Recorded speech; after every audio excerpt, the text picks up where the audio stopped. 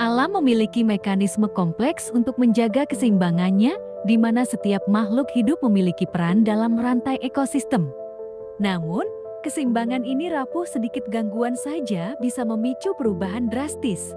Ketika musuh alami hama berkurang akibat penggunaan pestisida berlebihan, perubahan iklim, atau kerusakan habitat, populasi mereka bisa melonjak tak terkendali. Ini bukan sekadar fenomena biasa, melainkan awal dari sebuah krisis. Hama yang sebelumnya hanya sebagian kecil dari ekosistem, tiba-tiba menjadi ancaman besar, menyerang lahan pertanian, merusak hasil panen, dan mengganggu ketahanan pangan. Di balik pemandangan hijau yang tampak damai, perang diam-diam terjadi antara petani dan hama yang terus berkembang biak dengan cepat. Serangan mereka bisa melumpuhkan ribuan hektar tanaman dalam hitungan minggu, menyebabkan kelangkaan pangan dan lonjakan harga. Petani seringkali terjebak dalam siklus penggunaan pestisida yang semakin intensif, yang justru bisa memperburuk keadaan dengan menciptakan hama yang lebih kebal. Jika tidak ditangani dengan strategi yang berkelanjutan, ledakan populasi hama bukan hanya ancaman bagi sektor pertanian, tetapi juga bagi ekosistem yang lebih luas, mengganggu keseimbangan alam yang telah terbentuk selama ribuan tahun.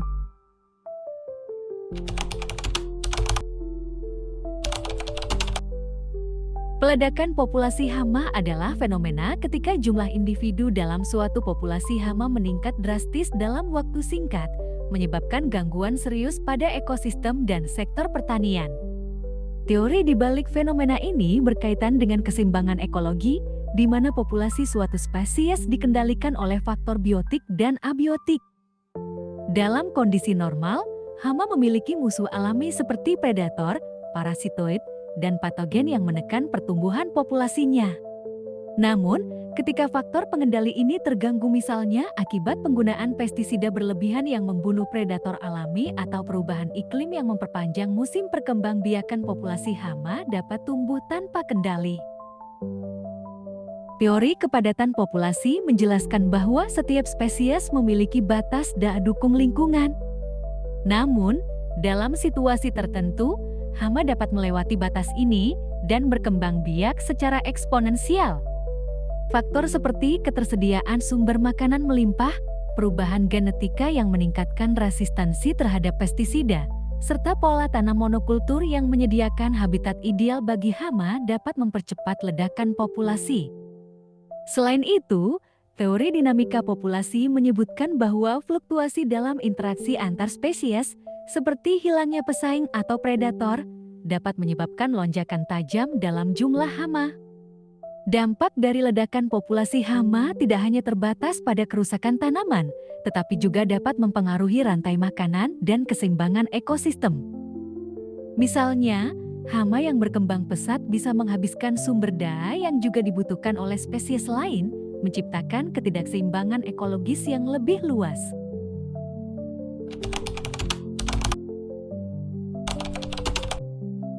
Salah satu penyebab utamanya adalah perubahan iklim. Peningkatan suhu global dan perubahan pola curah hujan menciptakan kondisi yang lebih hangat dan lembab, yang ideal bagi perkembangbiakan hama. Musim dingin yang lebih pendek juga mengurangi angka kematian alami hama, memungkinkan mereka bertahan dan berkembang biak lebih cepat dari biasanya.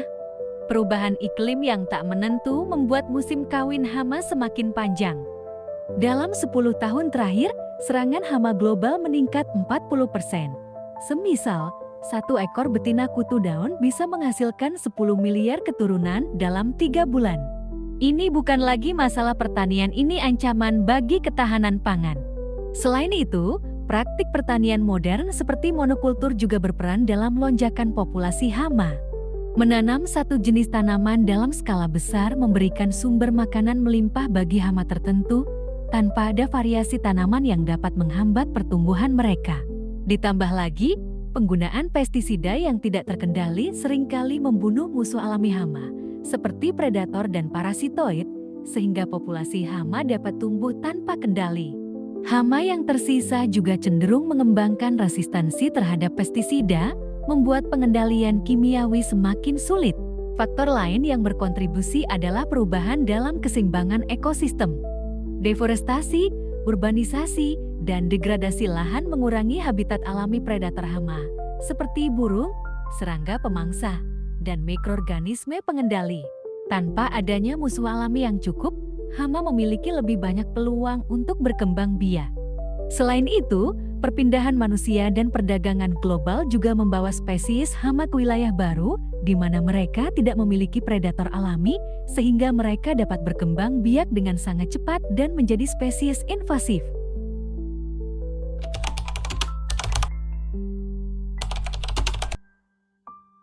Dampak peledakan populasi hama bergerak seperti efek domino, menghancurkan satu aspek kehidupan dan menjalar ke yang lain. Di Pakistan, jutaan belalang menyerbu ladang pertanian, menghabiskan lebih dari 200 ton tanaman per hari, meninggalkan lahan gersang dan petani yang putus asa. Sementara itu, di Indonesia, wereng menjadi momok bagi petani padi, merusak hingga 70% hasil panen dalam satu musim. Gagal panen ini bukan hanya soal kerugian ekonomi, tetapi juga ancaman serius bagi ketahanan pangan. Ketika produksi menurun drastis, harga bahan pokok melonjak, membuat pangan semakin sulit dijangkau oleh masyarakat berpenghasilan rendah. Kelaparan menjadi ancaman nyata, terutama bagi mereka yang bergantung pada hasil pertanian untuk bertahan hidup. Untuk melawan serangan hama, petani seringkali terpaksa menggunakan pestisida kimia dalam jumlah besar. Namun, penggunaan yang tidak terkendali justru menciptakan masalah baru. Pestisida yang disemprotkan ke tanaman tidak hanya membunuh hama, tetapi juga meracuni tanah dan air. Residu kimia yang terbawa angin mencemari udara, menyebabkan gangguan kesehatan bagi manusia dan hewan. Di banyak daerah, anak-anak menjadi korban utama, mengalami infeksi pernapasan akibat paparan bahan kimia berbahaya. Dalam jangka panjang, pencemaran ini merusak kesuburan tanah, mengurangi produktivitas pertanian, dan memperparah krisis lingkungan yang sudah ada.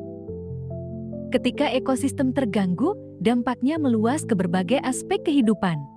Petani yang kehilangan panennya terjerat hutang untuk membeli benih dan pestisida, terjebak dalam lingkaran kemiskinan yang sulit diputus. Di sisi lain, keanekaragaman hayati semakin terancam karena banyak spesies serangga bermanfaat, seperti lebah dan predator alami hama, ikut mati akibat racun kimia. Tanpa keseimbangan alami ini, serangan hama berikutnya bisa menjadi lebih ganas dan sulit dikendalikan. Krisis ini bukan hanya tentang pertanian, tetapi juga tentang kelangsungan hidup manusia dan lingkungan. Jika tidak ada solusi berkelanjutan, ledakan populasi hama akan terus menjadi ancaman yang mengguncang ekonomi, kesehatan, dan ekosistem secara bersamaan.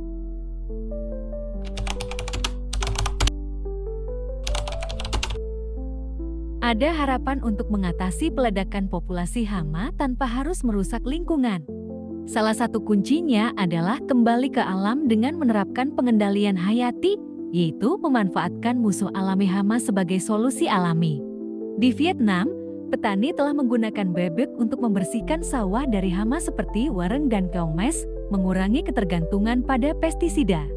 Sementara itu, di Brasil, semut digunakan sebagai tentara alami untuk memangsa ulat yang menyerang tanaman. Pendekatan ini bekerja dengan menyeimbangkan rantai makanan, bukan dengan menyebarkan racun yang dapat mencemari lingkungan. Dengan menjaga keanekaragaman hayati, ekosistem dapat memulihkan dirinya sendiri dan mencegah hama berkembang biak tanpa kendali. Selain pendekatan alami, teknologi juga memainkan peran penting dalam pengendalian hama. Drone kini digunakan untuk memetakan area pertanian dan mendeteksi titik-titik serangan hama lebih cepat dan akurat. Sensor iot yang terpasang di ladang mampu membaca perubahan suhu, kelembapan, dan pergerakan serangga untuk memberikan peringatan dini kepada petani sebelum serangan hama meluas. Bahkan, teknologi rekayasa genetika seperti CRISPR sedang dikembangkan untuk membuat hama mandul, sehingga populasinya dapat dikendalikan secara alami tanpa merusak ekosistem. Dengan kombinasi teknologi dan metode alami, pengendalian hama bisa menjadi lebih efektif dan ramah lingkungan.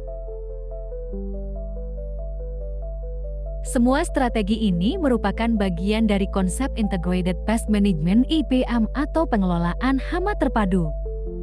IPM menggabungkan berbagai metode pengendalian, mulai dari pengendalian hayati, rotasi tanaman, penggunaan varietas tahan hama, hingga intervensi teknologi untuk menciptakan sistem pertanian yang lebih seimbang dan berkelanjutan.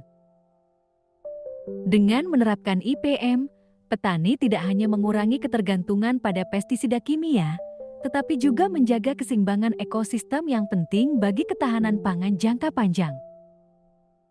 Inilah masa depan pertanian yang lebih bijaksana menggabungkan kearifan alam dengan kecanggihan teknologi untuk melawan hama tanpa merusak bumi.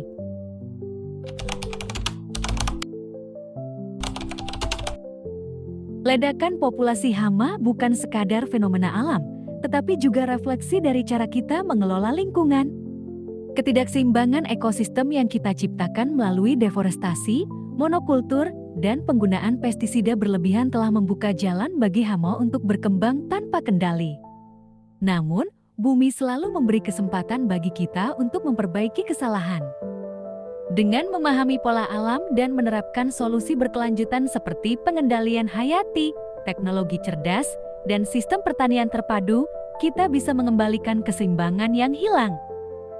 Mengendalikan hama bukan hanya tentang melindungi hasil panen, tetapi juga tentang menjaga keharmonisan ekosistem yang menopang kehidupan manusia. Jika kita bijak dalam mengelola alam, kita bukan hanya menyelamatkan tanaman dari serangan hama, tetapi juga melindungi masa depan peradaban. Ketahanan pangan, kesehatan lingkungan, dan keseimbangan biodiversitas semuanya saling terkait. Dengan memilih pendekatan yang lebih ramah lingkungan dan berbasis ilmu pengetahuan, kita dapat memastikan bahwa generasi mendatang tetap memiliki lahan subur untuk bercocok tanam dan sumber daya alam yang cukup untuk bertahan hidup. Ketahanan pangan, kesehatan lingkungan, dan keseimbangan biodiversitas semuanya saling terkait. Ini bukan hanya tentang bertani, ini tentang bagaimana kita hidup selaras dengan alam, menjaga warisan bumi untuk masa depan yang lebih baik.